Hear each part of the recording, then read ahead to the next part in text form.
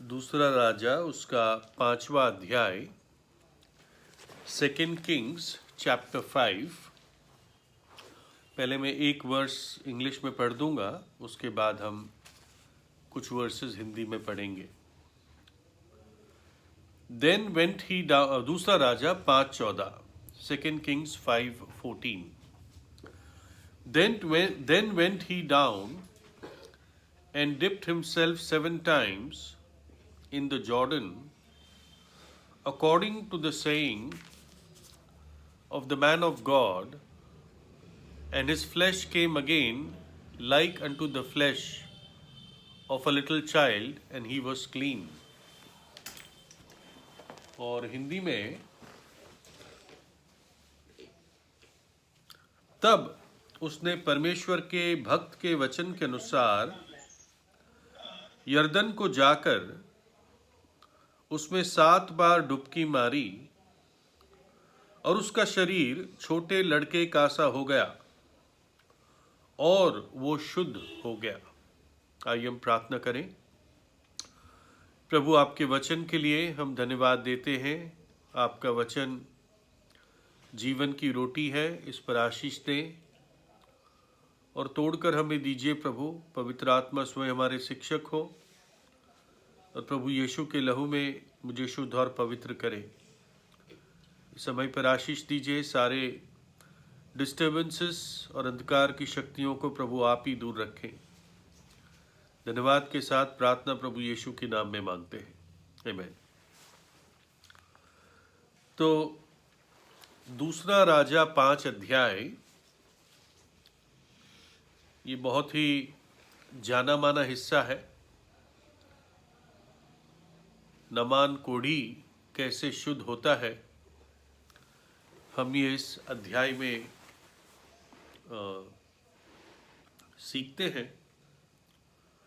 और विशेषकर जो हम सीरीज देख रहे हैं एलीशा के आश्चर्य कर्मों की, तो इस अध्याय में हम एलीशा के 2 मुख्य आश्चर्य कर्म देखते हैं, यानी जो प्रभु ने एलीशा के द्वारा किए।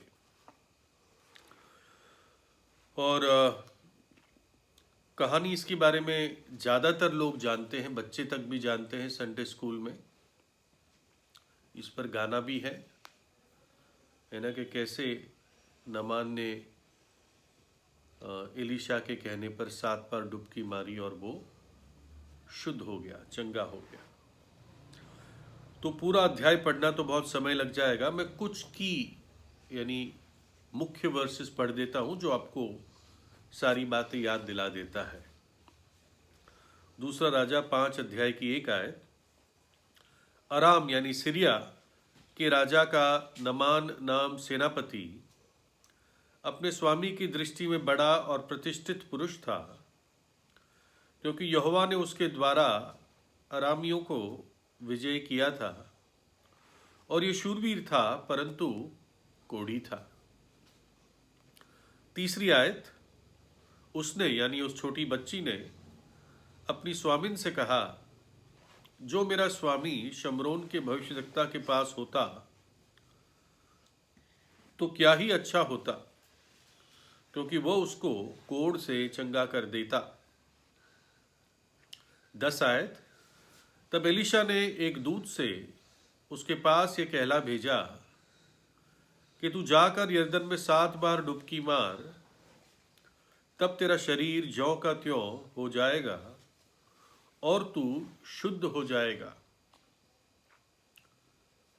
17 आयत। तब नामान ने कहा, अच्छा तो तेरे दास को 2 खच्चर मिट्टी मिले, क्योंकि आगे को तेरा दास यहोवा को छोड़ और किसी ईश्वर को होम बलि या मेल बलि ना चढ़ाएगा। और एक आयत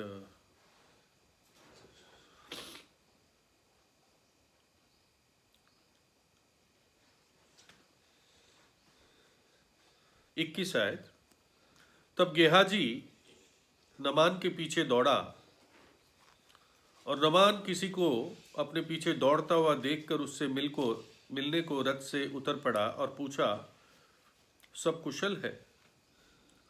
उसने कहा, सब कुशल है, परंतु मेरे स्वामी ने मुझे ये कहने को भेजा कि एफ्रेम के पहाड़ी देश से भविष्यद्वक्ताओं के चेलों में से 2 जवान मेरे यहाँ अभी आए हैं, इसलिए उनके लिए 1 किक्कार चांदी और 2 जोड़े वस्त्र दे।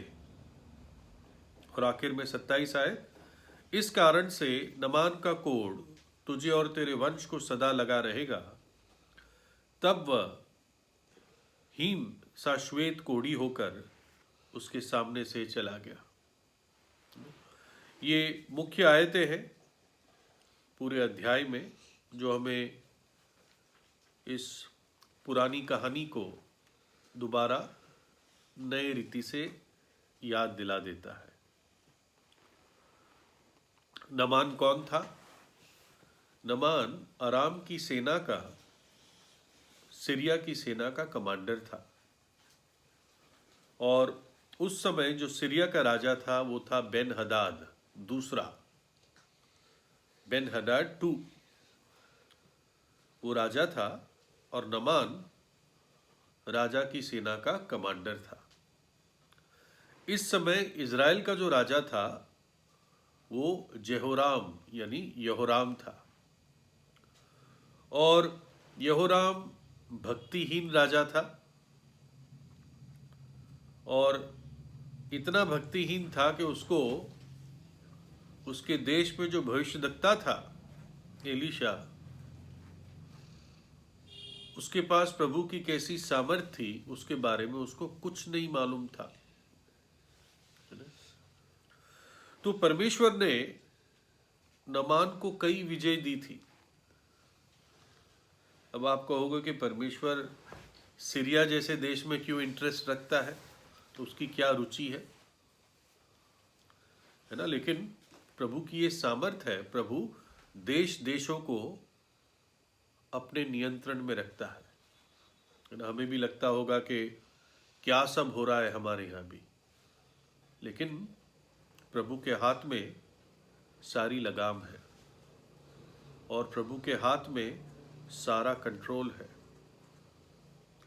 प्रभु का एक दूत, जिसको पहरुआ कहते हैं, दानियल 4 अध्याय में सिर्फ वो एक शब्द बोल देता है, वाक्य बोल देता है, और नबूकदनेस्सर जैसा ताकतवर, जिसको बाइबल में 2 बार राजाओं का राजा कहा गया है पुराने नियम में,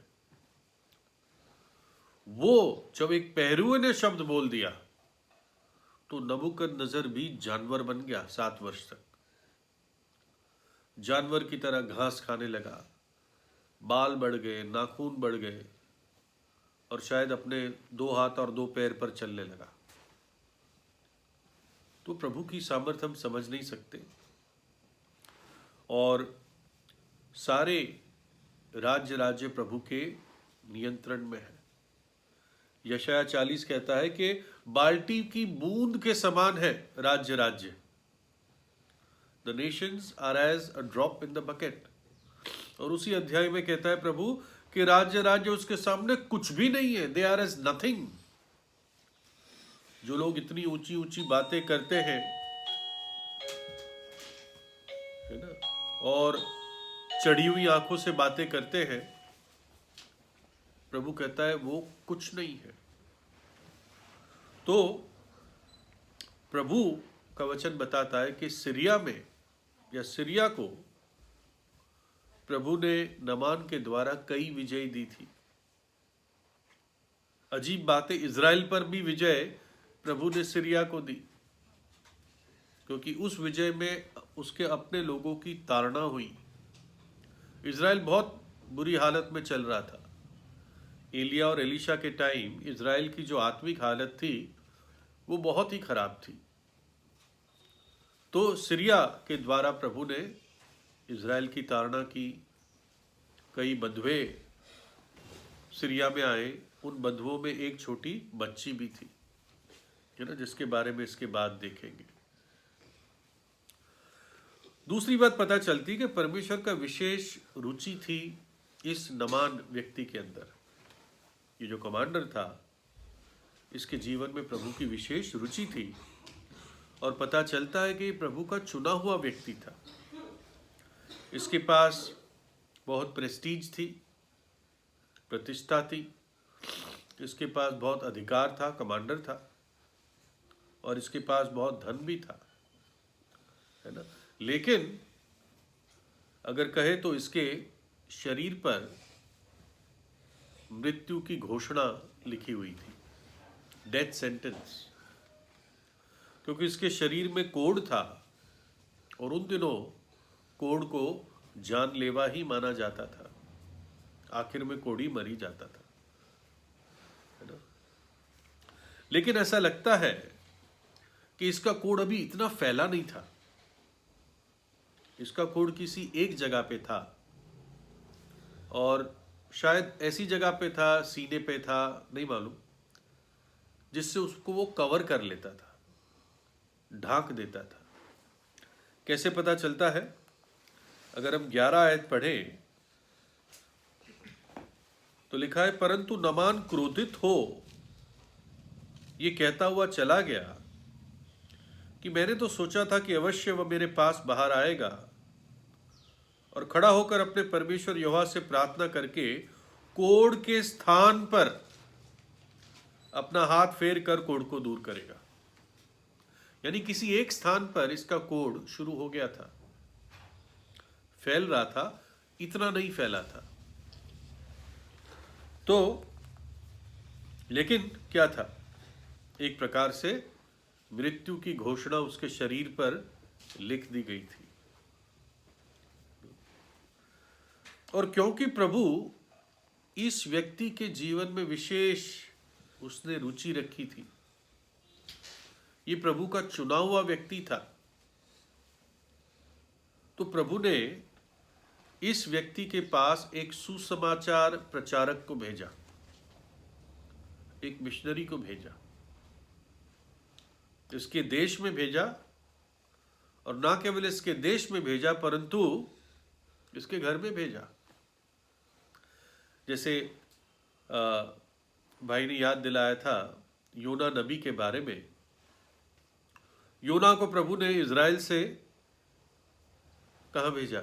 निनवे को भेजा, आखिर में ना, एक आदमी। और यहां पर भी एक व्यक्ति को प्रभु इज़राइल से सीरिया भेजता है। और व्यक्ति कौन था? रादर कौन थी? वो एक छोटी बच्ची, गुलाम बच्ची थी। और ये इज़राइल के परमेश्वर पर, अपने पितरों के खुदा पर विश्वास रखती थी, है ना। इसलिए प्रभु ने उसको उसकी मालकिन की दृष्टि में अनुग्रह भी दिया था। नमान के घर में ही काम करती थी और नमान की पत्नी इसको बड़ा फेवर दिखाती थी, उसको फ्रीडम दे रखी थी, है ना। गुलामों की तरह मारपीट नहीं होती थी, वो फ्रीडम थी, वो बात भी कर सकती थी अपनी मालकिन से। और अपनी मालकिन के सामने प्रभु की एक हम्बल, नम्र गवाह थी। उसको किसी ने सिखाया नहीं था कि जाके गवाही देना, जैसे हम एक दूसरे को एनकरेज करते ना, भाई गवाही देना, भाई आज आपके गवाही का टर्न है 7 बजे। ऐसा उसको किसी ने नहीं कहा था। ये उसका विश्वास था यहोवा पर, जीवित परमेश्वर पर, और उससे रुका नहीं जाता था प्रभु के बारे में बिना बताए। जैसे नौमी रूत और ओरपा को इज़राइल के परमेश्वर के बारे में बताती थी, जिसके कारण मोआब के देश में उनके दिलों में विश्वास जागा कि वो आना चाह रही थी एक बूढ़ी विधवा के साथ, तो वैसे ही ये लड़की भी बताती रहती थी। और एक दिन उसने बताया अपनी मालकिन को कि काश के मेरा स्वामी यानी तेरा पति मेरे देश में जाता, वहां पर एक भविष्यद्वक्ता है शमरोन में, है ना। इज़राइल का जो राजधानी थी तब वो समरिया था, शमरोन था।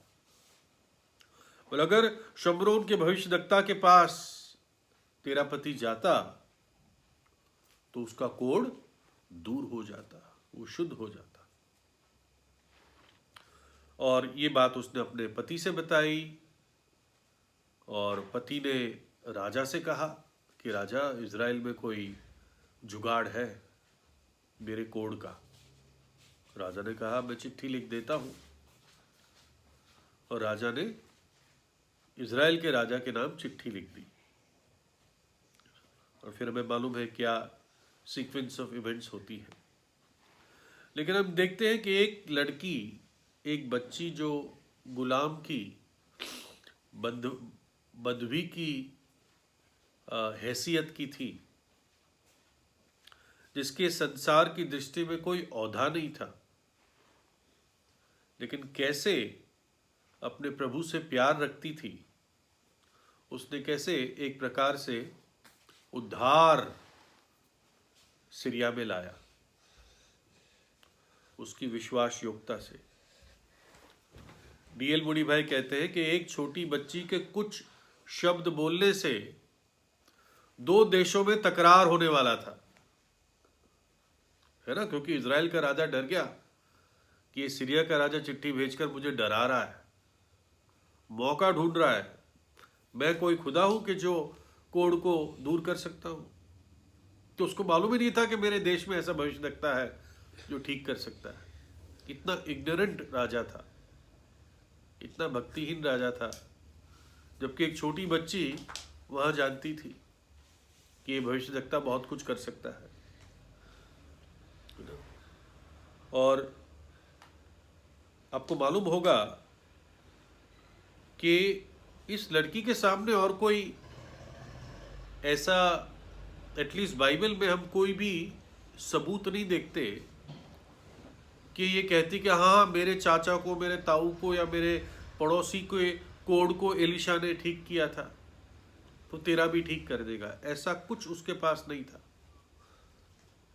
कायदे में इज़राइल में इससे पहले कोई भी कोढ़ी शुद्ध नहीं हुआ था। मिरियम मूसा की बहन, वो ठीक हुई थी जंगल की यात्रा में, ठीक है ना, लेकिन कनान की भूमि पर अब तक कोई भी कोढ़ी शुद्ध नहीं हुआ था, है ना। लेकिन ये इस लड़की का विश्वास था, है ना। किसी का म्यूट चालू है। तो जब हम नए नियम में देखते हैं तो एलिया का नाम तो 29 बार आता है। आप नोटिस कीजिए, एलिया का नाम 29 बार आता है। एलीशा का नाम कितनी बार आता है? कोई कहेगा भाई 58 बार आना चाहिए, दुगना आना चाहिए, लेकिन ऐसा नहीं है। एलीशा का नाम सिर्फ 1 बार आता है नए नियम में, और वो भी प्रभु यीशु जिक्र करता है, लूका 4:27। और एलीशा भविष्यद्वक्ता के समय इज़राइल में बहुत से कोढ़ी थे, पर नमान सुरयानी को छोड़ उनमें से कोई शुद्ध नहीं किया गया। उस समय और भी बहुत कोढ़ी थे, उससे पहले भी कोढ़ी थे, उसके बाद भी कोढ़ी रहे, लेकिन प्रभु यीशु के आने तक सिर्फ एक ही कोढ़ी शुद्ध किया गया, वो था नमान, है ना। और ये सिर्फ उस बच्ची का विश्वास था, है ना, कि अगर वो जाएगा तो ठीक हो जाएगा। और जब प्रभु ने ये बात जिक्र की आराधनालय में लूका 4 में, तो लोग बहुत गुस्सा हो गए। अरे कैसे हमें ताने मार रहा है, वो नमान अविश्वासी, वो मूर्ति पूजक, उसकी तारीफ कर रहा है, क्या वो हमसे बढ़कर था? और वो इतना गुस्सा हो गया कि प्रभु को पहाड़ पे से फेंकना चाह रहे थे। क्यों? क्योंकि इन लोगों ने परमेश्वर के अनुग्रह को अब तक नहीं समझा था। ये सोचते थे बस हम ही है ना, हमें ही सब कुछ मिलना चाहिए। अन्य जाति तो वो कुत्तों के समान मानते थे,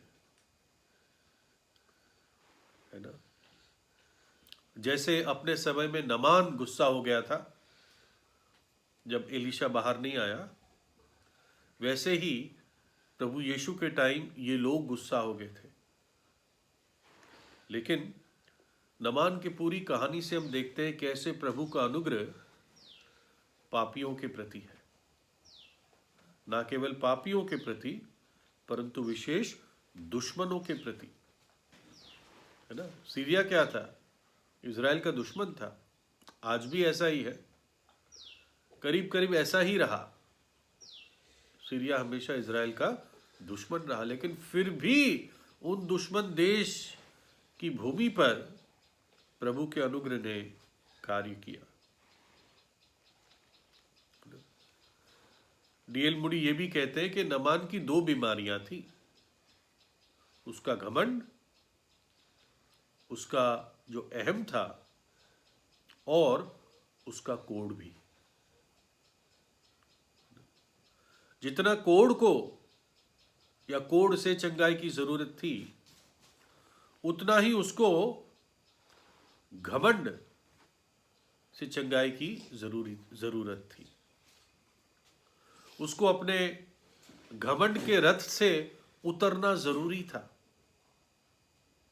और भविष्यद्वक्ता की आज्ञा मानकर जैसे उसने कहा वैसे उसको पानी में डुबकी लगाना अवश्य था।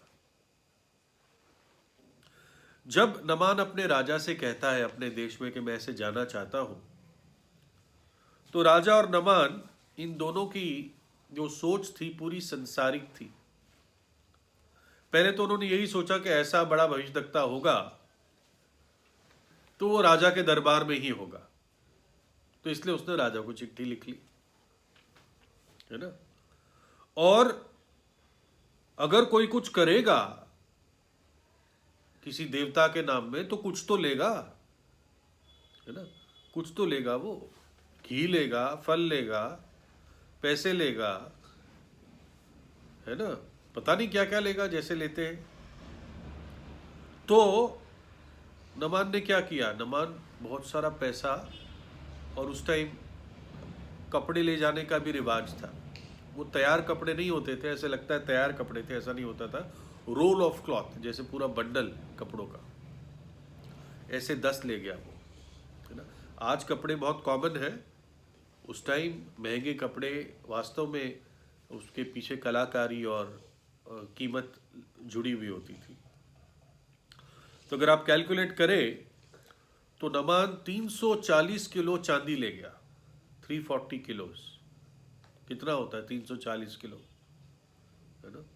आपसे आपका जो वजन होगा उससे 4-5 गुना ज्यादा अंदाजे से। और 66 किलो सोना ले गया। 6000 टुकड़े लिखा है, लेकिन उसका जो कैलकुलेशन है जो बाइबल स्कॉलर्स बताते हैं 66 किलो सोना बहुत होता है। 66 किलो सोना तो आदमी पागल ही हो जाए आज का आदमी। और 10 इस प्रकार से कपड़े के बंडल ले गया। और जब छोटी बच्ची ने नामान को बताया था, या नामान की पत्नी को बताया, तो उसने कुछ ऐसा कहा ही नहीं था। उसने बस कहा उसके पास जाए, उसने तो बस पॉइंट आउट किया। उसने ऐसा कुछ कहा ही नहीं था कि कुछ ले जाना पड़ेगा, कुछ देना पड़ेगा, है ना। वो आज के एलिया जो माफ करना, एलिशा जो था, वो आज के बहुत सारे जो ईसाई समाज को रिप्रेजेंट करते हैं ऐसा थोड़ी था, है ना। वो तो बहुत प्रभु के कॉज के लिए, प्रभु के कार्य के लिए टोटल फोकस था और निस्वार्थ रीति से था। तो उसके लिए तो आदर था वो स्थान। जब एलिया ने उस पर चादर फेंकी तो क्या उसके मन में आभार प्रकट हुआ प्रभु के लिए, हम सोच नहीं सकते। कि उसने मांगा भी वही चीज, दुगनी सामर्थ दे कि इस काम को कर सकूं, दुगनी सामर्थ के साथ, है ना। तो वो बच्ची ने तो सिर्फ पॉइंट आउट किया था, उस भविष्यद्वक्ता जो शमरोन में है उसके पास जाए, है ना। अगर आप देखें उसने क्या शब्द यूज किए थे, दूसरा राजा 5 अध्याय 3 आयत।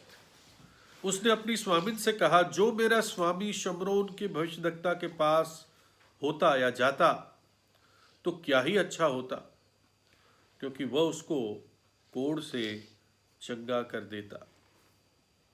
जब इस पर मैं सोच रहा था, मुझे याद आया यूहन्ना बपतिस्मा देने वाला, वो क्या करता था? वो सिर्फ पॉइंट आउट करता था, देखो परमेश्वर का मेमना जो जगत का पाप उठा ले जाता है ना। हमारा भी यही काम है, पॉइंट आउट करना लोगों को कि ये यीशु है, ये वो परमेश्वर का तैयार किया हुआ बलिदान है मनुष्य जाति के लिए, जिसने क्रूस पर अपनी जान दी। ये मेरा और आपका काम है, बाकी काम पवित्र आत्मा का है। लेकिन नमान इन बातों को नहीं समझ पाया। उसने सोचा पैसे से हो जाएगा सब कुछ। पहला कुरिन्थियों 2:14 में लिखा है, शारीरिक मनुष्य परमेश्वर के आत्मा की बातें ग्रहण नहीं करता, क्योंकि वो उसकी दृष्टि में मूर्खता की बातें हैं, और ना उन्हें जान सकता है, क्योंकि उनकी जांच आत्मिक रीति से होती है। वो आत्मिक रीति से सोच ही नहीं पाए, क्योंकि वो शारीरिक लोग थे, राजा भी और नमान भी। और जहां तक बाइबल के परमेश्वर की बात होती है, जहां तक इज़राइल के परमेश्वर की बात होती है, हम उद्धार या मुक्ति उसके पास पैसा या गिफ्ट लेकर नहीं पा सकते। कुछ भी नहीं दे सकते परमेश्वर के उद्धार को पाने के लिए, कुछ भी नहीं दे सकते। लेकिन उल्टा है, जो गिफ्ट वो देता है उसको हमें एक्सेप्ट करना है। अनंत जीवन, पापों की क्षमा और उद्धार परमेश्वर खुद एक पापी को गिफ्ट के रूप में देता है। यूहन्ना 3:16 क्या कहता है? क्योंकि परमेश्वर ने जगत से ऐसा प्रेम रखा कि उसने अपना इकलौता पुत्र दे दिया, ताकि जो कोई उस पर विश्वास करे वो नाश ना हो परंतु अनंत जीवन पाए। अपना पुत्र दे दिया, उसको ग्रहण कर लो, उसको एक्सेप्ट कर लो। तुम्हारे कोई गिफ्ट लाने से कुछ नहीं होने वाला। ठीक है, आप आभार के रूप में प्रभु के लिए कुछ करते हो, बात अलग है, लेकिन उद्धार और अनंत जीवन के लिए कुछ भी नहीं कर सकते आप। रोमियो 6:23 में क्या लिखा है? क्योंकि पापों की मजदूरी तो मृत्यु है, पाप की मजदूरी तो मृत्यु है, परंतु परमेश्वर का वरदान, द गिफ्ट ऑफ गॉड, हमारे प्रभु यीशु मसीह में अनंत जीवन है। जब नमान एलीशा की कुटिया के बाहर जाकर खड़ा हो जाता है अपने रथ और सारे अपने बैंड के साथ, गैंग के साथ, तो एलीशा जानता था कि कोढ़ से शुद्ध होने से पहले नमान को घमंड से शुद्ध होना है, नमान को नम्र होना है। ये प्रथा थी कि कोई बड़ा आदमी आएगा और किसी को गिफ्ट देगा, तो जो गिफ्ट लेने वाला है वो भी सर सर करके ऐसे और बहुत आदर दिखाता हुआ गिफ्ट लेगा, है ना। तो उसने यही सोचा था कि ये आएगा, मेरे कोढ़ के स्थान को छुएगा, अपने देवता से दुआ करेगा, मैं ठीक हो जाऊंगा और इसको ये सब दूंगा, और वो बस मेरी वाहवाही करेगा, झुक जाएगा, है ना। लेकिन जैसे इंग्लिश में कहते हैं ना, ही डायल्ड द रॉन्ग नंबर, उसने गलत नंबर मिलाया, है ना। एलिया और एलीशा जैसे दासों के सामने इनको समझ नहीं थी, है ना। एलीशा तो बाहर भी नहीं आया, और लिखा है अपने दूत को भेज दिया उसने। ये भी शायद गेहाजी था जो जिसको भेजा, नाम तो नहीं मालूम, लेकिन गेहाजी था जो उसके आसपास घूमता था एलीशा के। तो कहा कि तू यरदन नदी में जाकर 7 बार डुबकी मार, और जिस स्थान पे वो थे यरदन नदी और 32 मील दूर थी। ऐसा नहीं था कि यहां दिख रही थी। 32 मील यानी हमारी भाषा में करीब 50 पॉइंट कुछ किलोमीटर, 50 किलोमीटर मान लीजिए। वो ऑलरेडी सीरिया से 100 मील चल के आया था रथ पे, है ना। 100 मील यानी 160 किलोमीटर। अब एलीशा कह रहा है तू और 50 किलोमीटर दूर चला जा, डुबकी मार ले और तू ठीक हो जाएगा। है ना। और आपको मालूम है कि कैसे नामान गुस्सा हो गया, कहता है अबना और फरफर मेरे यहाँ इतनी अच्छी नदियाँ हैं, और वास्तव में वो नदियाँ अच्छी हैं। बताते उसमें डायरेक्ट बर्फ का पानी आता है, साफ सुथरा पानी, और यर्दन इतनी साफ सुथरी नहीं होती थी। तो टेक्निकली जो बोल रहा था ठीक बोल रहा था, लेकिन यहां पर आज्ञा मानने की बात थी। ठीक है ना। कोई कहेगा अरे क्रूस पर चढ़ाए हुए व्यक्ति पे कैसे विश्वास कर सकते हैं। टेक्निकली वो व्यक्ति ठीक कह रहा है, लेकिन परमेश्वर ने ठहराया है कि इस जगत का उद्धार अपने पुत्र के क्रूस के बलिदान के द्वारा ही करेगा, और कोई तरीका नहीं है। यीशु के जीवन के द्वारा भी कोई नहीं बच सकता, है ना। एक मिनट। यीशु के जीवन के द्वारा भी कोई नहीं बच सकता। अगर उसकी मृत्यु पर एक व्यक्ति विश्वास नहीं करेगा तो प्रभु का जीवन भी आपको नहीं बचा सकता। उसका क्रूस पर जाना अवश्य था, और पापी को उसके बलिदान पर विश्वास करना अवश्य है, अगर उसको परमेश्वर के राज्य में प्रवेश करना है। तो नामान को नीचे आना जरूरी था।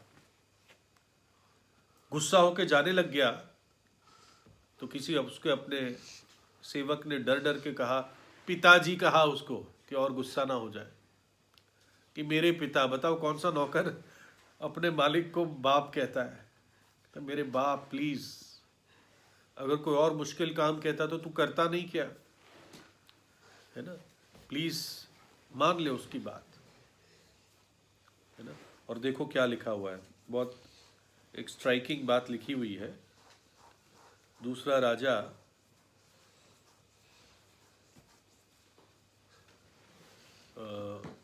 5 अध्याय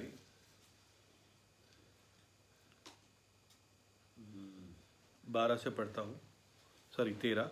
तब उसके सेवक ने पास आकर कहने लगा, हे हमारे पिता, यदि भविष्यद्वक्ता तुझे कोई भारी काम करने की आज्ञा देता तो क्या तू उसे ना करता? फिर जब वो कहता है कि स्नान करके शुद्ध हो जा, तो कितना अधिक इसको मानना चाहिए। तब उसने परमेश्वर के भक्त के वचन के अनुसार यर्दन को जाकर उसमें 7 बार डुबकी मारी, और वो शुद्ध हो गया। एक मिनट में इंग्लिश में इस वर्स को देखता हूँ।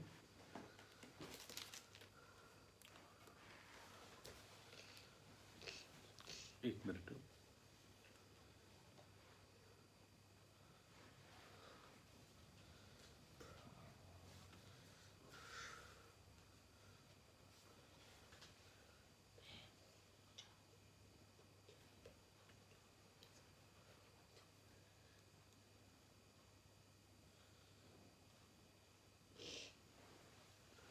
ठीक है, मुझे भी वो फ्रेज मिल नहीं रहा है कि वो अपने रथ से उतरा, है ना। एनीवे, तो अगले थॉट पे चलते हैं। तो बेसिकली उसको उस घमंड से उतरना अवश्य था, और प्रभु यीशु ने भी कहा कि जो मार्ग अनंत जीवन को जाता है, उस मार्ग का फाटक कैसा है ना। उस मार्ग का जो फाटक भी है ना, बहुत सकेत है। Strait is the gate, STRAIT, मुश्किल सा द्वार है। कहता है स्ट्राइव टू एंटर, मुश्किल से प्रवेश करो, यानी मुश्किल होगी प्रवेश करने में भी। क्यों? आदमी को झुकने में मुश्किल होती है ना। नामान जैसे आदमी को नीचे उतरने में मुश्किल था, पानी में उतरने के लिए मुश्किल था।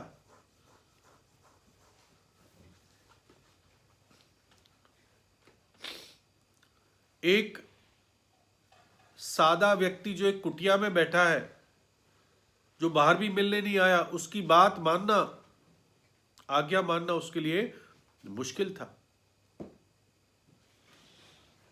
लेकिन ये प्रभु का तरीका था उसके लिए, और इसलिए एक प्रकार से नमान घुटनों पर आया और जैसे रेंगता हुआ उस फाटक से प्रवेश किया। और ये पश्चाताप को, नम्रता को, टूटेपन को दिखाता है ना। पश्चाताप और विश्वास, इसी के द्वारा एक पापी उद्धार पाता है। नमान ने अपने मन में बना लिया था कि मैं ऐसे चंगाई पाऊंगा। वो बाहर आएगा, मुझे छुएगा, अपने ईश्वर से प्रार्थना करेगा, मैं ठीक हो जाऊंगा, उसको बहुत सारा गिफ्ट दूंगा और ये मेरी तारीफ सी करेगा, है ना। आज का दिन होता तो इस वीडियो शूटिंग होगी, वो ये सब चाह रहा था। लेकिन प्रभु का अनुग्रह एक पापी तब पाता है जब वो प्रभु की इच्छा के अनुसार उसके पास आता है। पहला पत्रस 5:5 में लिखा है, क्योंकि परमेश्वर अभिमानियों का सामना करता है परंतु दीनों पर अनुग्रह करता है। उसके अनुग्रह पाने के लिए झुकना पड़ता है। आज इज़राइल कठोर क्यों है? आज इज़राइल ताड़ना में क्यों है? रोमियो 10 अध्याय की 3 आयत, क्योंकि वे परमेश्वर की धार्मिकता से अनजान होकर अपनी धार्मिकता स्थापित करने का यत्न करके परमेश्वर की धार्मिकता के अधीन न हुए, इसलिए इज़राइल आज ताड़ना में है। डॉक्टर बार्नहाउस, ये भी एक राइटर है, वो कहते हैं कि हर व्यक्ति को ये बहुत बड़ा आदर है, हर पापी को ये बहुत बड़ा आदर है कि स्वर्ग को परमेश्वर के तरीके से जाए और नरक में अपने तरीके से जाए। समझ में आई बात? स्वर्ग जाना है तो परमेश्वर के तरीके से ही जाना पड़ेगा। नरक जाना है तो चुन लो, जो भी चुनना है वहीं पहुंचोगे। लेकिन स्वर्ग जानना है तो परमेश्वर ने इन आखिरी दिनों में अपने पुत्र के द्वारा बातें की है। मार्ग, सत्य और जीवन यीशु ही है। बिना उसके द्वारा कोई भी पिता के पास नहीं जा सकता, है ना। कई लोग जो पहले से एक क्रिश्चियन बैकग्राउंड में होते हैं और उनको सुसमाचार कोई सुनाने वाला मिलता नहीं है, उसी भ्रम में रहते हैं कि चर्च जाने से, कन्फर्मेशन से, होली कम्युनियन से और पास्टर की प्रार्थना से, है ना, बाइबल पढ़ने से एक रीति के रूप में, रिवाज के रूप में हम स्वर्ग चले जाएंगे। लेकिन ऐसा नहीं पॉसिबल है ना। जब तक एक व्यक्ति नया जन्म ना पाए, वो सारी चीजें अच्छी है, लेकिन अगर वो व्यक्ति नया जन्म नहीं पाएगा, जो प्रभु का प्रिस्क्राइब तरीका है आत्मा से जन्म लेना, वो व्यक्ति स्वर्ग नहीं जा पाएगा। तीतुस 3:5 में लिखा है, तो उसने हमारा उद्धार किया और ये धर्म के कामों के कारण नहीं जो हमने आप किए, पर अपनी दया के अनुसार नए जन्म के स्नान और पवित्र आत्मा के हमें नए बनाने के द्वारा हुआ। नए जन्म का स्नान, ये बपतिस्मा नहीं है, ये एक नया जीवन है, उद्धार है, शुद्धता है। जब नमान 7वीं बार पानी में से बाहर आया, दूसरा राजा 5 अध्याय और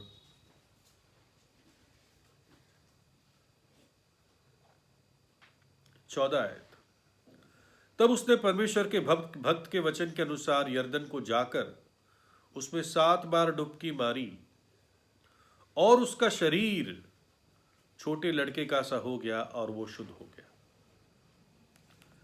ऐसा लगता है कि 7वीं डुबकी के बाद ही जब वो बाहर निकला, तब उसका शरीर एक छोटे बालक के समान हो गया, है ना।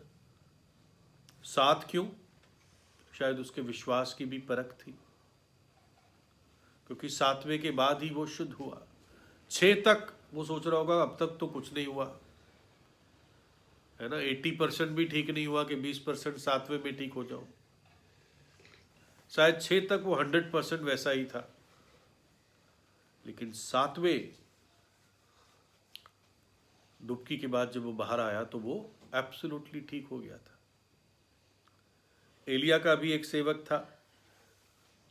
एलिया ने कहा जाकर देख बारिश का कुछ बादल है क्या, है ना। और जब वो 7 बार गया, एलिया ने कहा 7 बार जा। 7वीं बार वो कहता है एक छोटा बादल मनुष्य के हाथ के समान दिखाई दे रहा है, और फिर भयंकर काले बादल हो गए और बारिश आई। जो मंदिर के लिए भी प्रभु ने तरीका दिया था कोढ़ी के शुद्ध होने का, जबकि कभी हुआ नहीं था, लेकिन प्रभु ने व्यवस्था में दिया था। तो उसमें क्या लिखा था? विलय व्यवस्था 14:7, और कोढ़ से शुद्ध ठहरने वाले पर 7 बार छिड़क कर उसको शुद्ध ठहराए, तब उस जीवित पक्षी को मैदान में छोड़ दे। तो कोढ़ी पर 7 बार उस वध किए हुए पक्षी का लहू छिड़कना था। तो एक प्रकार से ये पैरेलल था कि 7 बार तो डुबकी मार, है ना। इसलिए प्रभु यीशु उन 10 कोढ़ियों को और उस एक कोढ़ी को कहता है जाकर मंदिर में मूसा ने जो कहा था उसके अनुसार तू बलिदान चढ़ा, क्योंकि इससे पहले याजकों ने सुना ही नहीं था, देखा ही नहीं था कि कोई कोढ़ी ठीक होके आ रहा है मंदिर में। और याजकों को गवाही होनी थी। और प्रेरितों के काम 6 अध्याय में पढ़ते हैं, और याजकों के बड़े समाज ने विश्वास किया, क्योंकि याजक जानते थे केवल मसीहा ही कोढ़ियों को शुद्ध कर पाएगा। तो नए नियम की भाषा में नमान के साथ क्या हुआ? उसका नया जन्म हुआ उस दिन।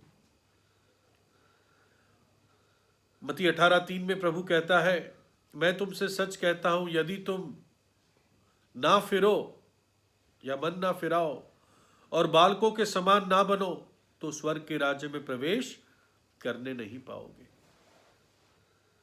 जब तक तुम बालकों के समान ना बनो। उस दिन नमान का शरीर बालक के समान हो गया, मानो कि पवित्र आत्मा दिखा रहा था कि एक नया जीवन अब उसको प्राप्त हुआ, इसका नया जन्म हो गया। आज वो स्वर्ग के राज्य में प्रवेश किया। ये 10वां आश्चर्यकर्म था, नमान के कोढ़ का दूर होना।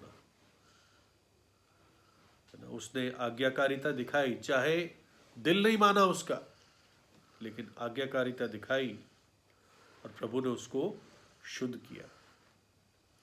पहले उसने अपना गुस्सा खो दिया, मतलब अपना टेम्पर खो दिया, लेकिन फिर उसने अपना घमंड खोया और तब उसने अपने कोढ़ को खोया। और नमान ने खुलकर बोला अब मैं जानता हूं कि इज़राइल का परमेश्वर ही सच्चा परमेश्वर है सारी पृथ्वी में। कितनी बड़ी बात है, इन द होल अर्थ, है ना। क्या कहता है, पढ़िए, बहुत पावरफुल वर्ड्स है। दूसरा राजा 5 अध्याय 15। तब वह अपने सब दल बल समेत परमेश्वर के भक्त के यहां लौट आया, वापस गया 50 किलोमीटर, है ना, और उसके सम्मुख खड़ा होकर कहने लगा सुन, अब मैंने जान लिया कि समस्त पृथ्वी में इज़राइल को छोड़ और कहीं परमेश्वर नहीं है, समस्त पृथ्वी में। इसलिए अब अपने दास की भेंट ग्रहण कर। अब नम्रता से रिक्वेस्ट कर रहा है, प्लीज मेरी भेंट ग्रहण कर, मेरा आभार है ये, है ना। और एक प्रकार से वो अपने सारे सीरिया के मूर्तियों का और देवताओं का इनकार करता है और अपने आप को यहोवा के साथ खड़ा करता है। He identifies himself with the Lord God of Israel. और ये इज़राइल के राजा के सामने कितनी बड़ी गवाही थी, जो मूर्ति पूजक राजा बैठा था, जिसने चिट्ठी पढ़ के अपने कपड़े फाड़ दिए थे। इतना बेकार राजा था।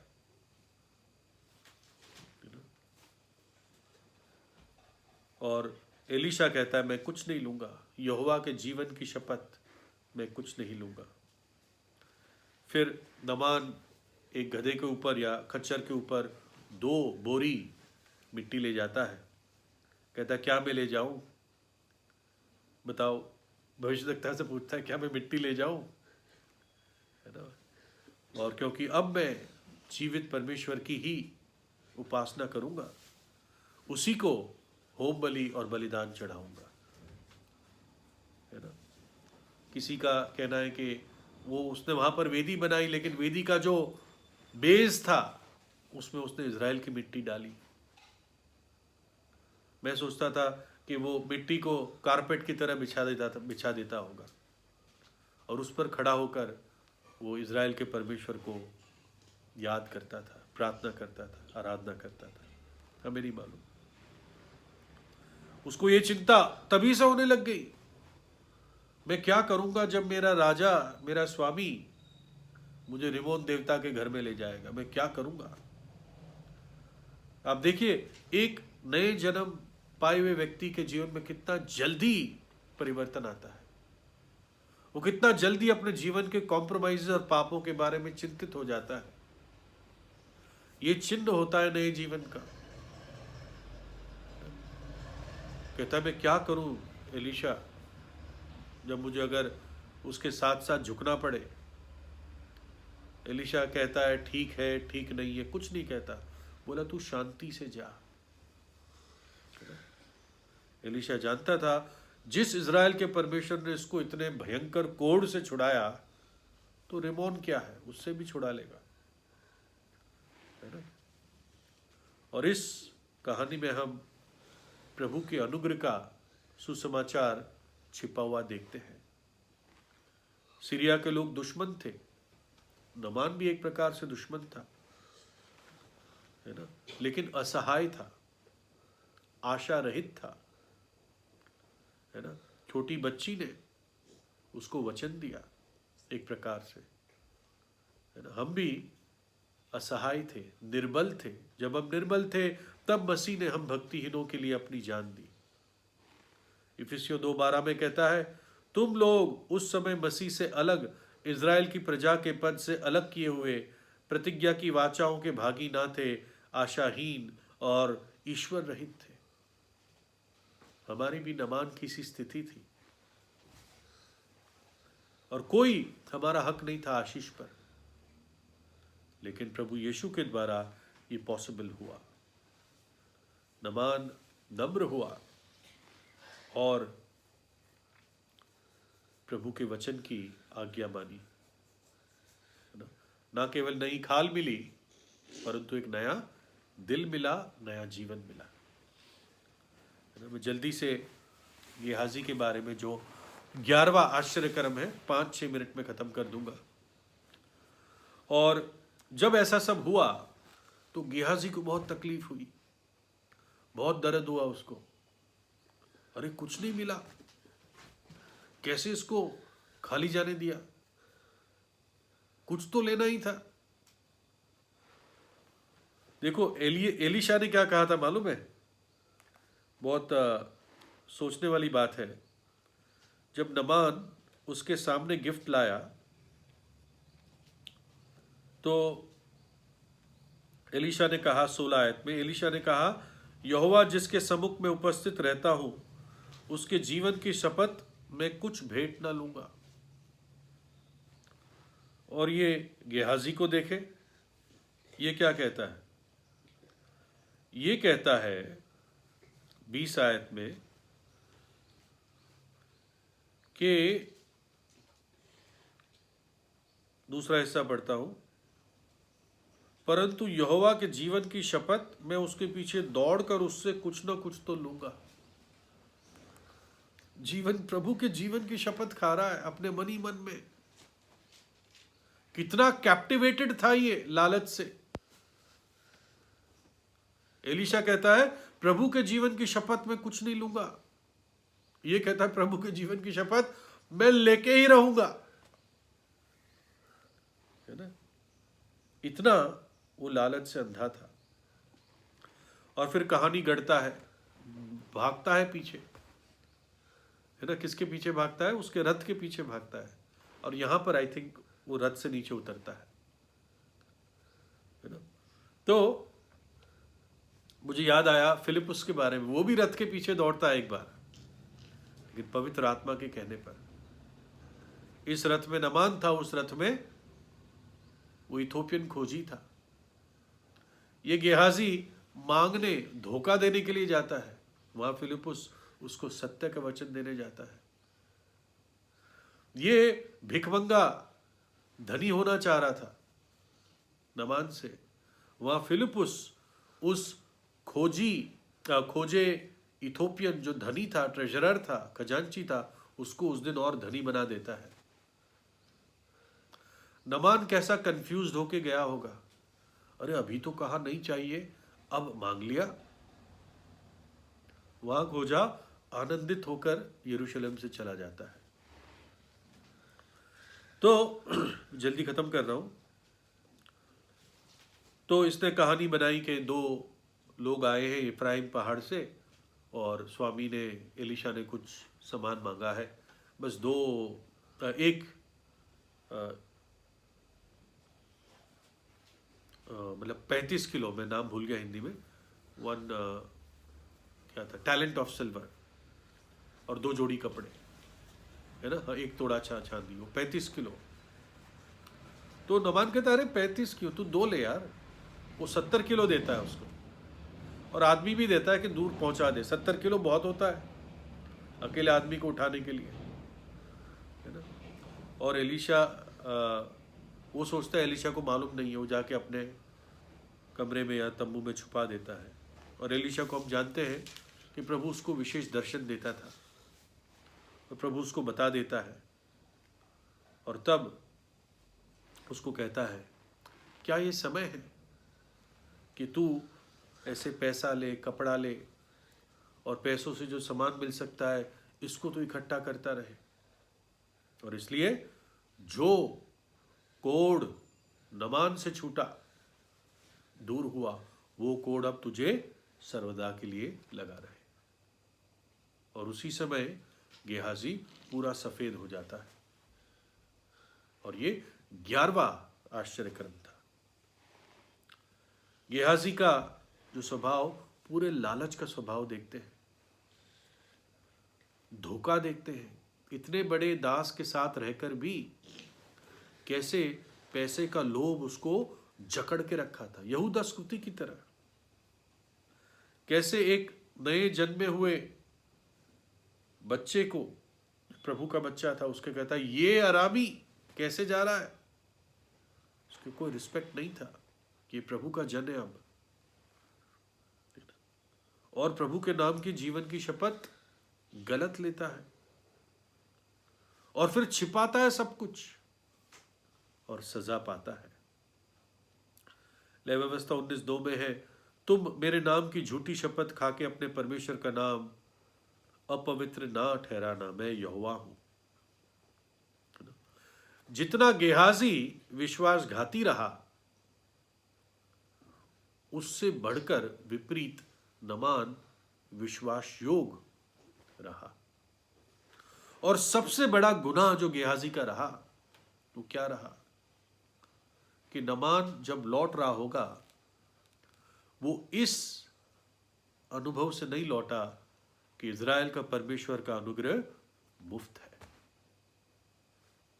कि इज़राइल का परमेश्वर प्रभु यीशु मसीह अपना उद्धार, अनंत जीवन मुफ्त में देता है। इस पक्के आश्वासन के साथ नहीं लौटा, क्योंकि गेहाजी ने जाके ऐसे पैसे मांगे। ये सबसे बड़ा उसका गुनाह रहा, है ना। और आखिर में, कंक्लूडिंग में, कोढ़ पाप को दिखाता है। हमने कई बार सुना है, सीखा है। कई वर्सेस मैं पढ़ नहीं पाऊंगा अभी। पहली बात तो, ये जो कोढ़ होता है वो चमड़ी के नीचे होता है, लय व्यवस्था 13:3 में आप बाद में पढ़ सकते हैं। व्याधि चरम से गहरी दिख पड़े, छिपा हुआ पाप छिपा हुआ होता है। जो अपने पाप छिपाता है वो सफल नहीं होता है, जो मानता है छोड़ देता है वो दया पाता है। 7 आयत में वह पपड़ी उसके चरम पर बहुत फैल जाती है। पाप फैलता है, थोड़े से फिर ज़्यादा बढ़ जाता है। 45 आयत में उसको अशुद्ध अशुद्ध बोलना होता था। पाप अशुद्ध करता है ना, पाप अशुद्ध करता है। 46 आयत में अलग कर देता है, वो व्यक्ति को अलग किया जाता है। और 52 और 57 आयत में वो कपड़े जिन पर ऐसा कोढ़ या व्याधि लग जाती है उसको जला दिया जाता है। पाप का अंत आखिर में जलना है, रोना और दांतों का पीसना है, अनंत काल के लिए अकेले यानी प्रभु से अलग कर दिया जाना है। लेकिन प्रभु यीशु पर विश्वास करके एक व्यक्ति पाप और पाप के नतीजों से, परिणाम से बच जाता है, और ये सिर्फ उसके अनुग्रह से और उसके वरदान से पॉसिबल है। और यहाँ पर हम प्रभु का अनुग्रह अन्य जातियों के प्रति बढ़ता हुआ जाता है, दिखते हैं, है ना। नमान जैसे व्यक्ति, नमान की पत्नी ने भी विश्वास किया होगा, नमान के कर्मचारियों ने भी विश्वास किया होगा, एटलीस्ट जाना होगा कि इज़राइल में कैसा परमेश्वर है। तो ये हमने एलीशा के द्वारा 10वां और 11वां आश्चर्य कर्म देखा। प्रभु अपने वचन पर आशीष दे।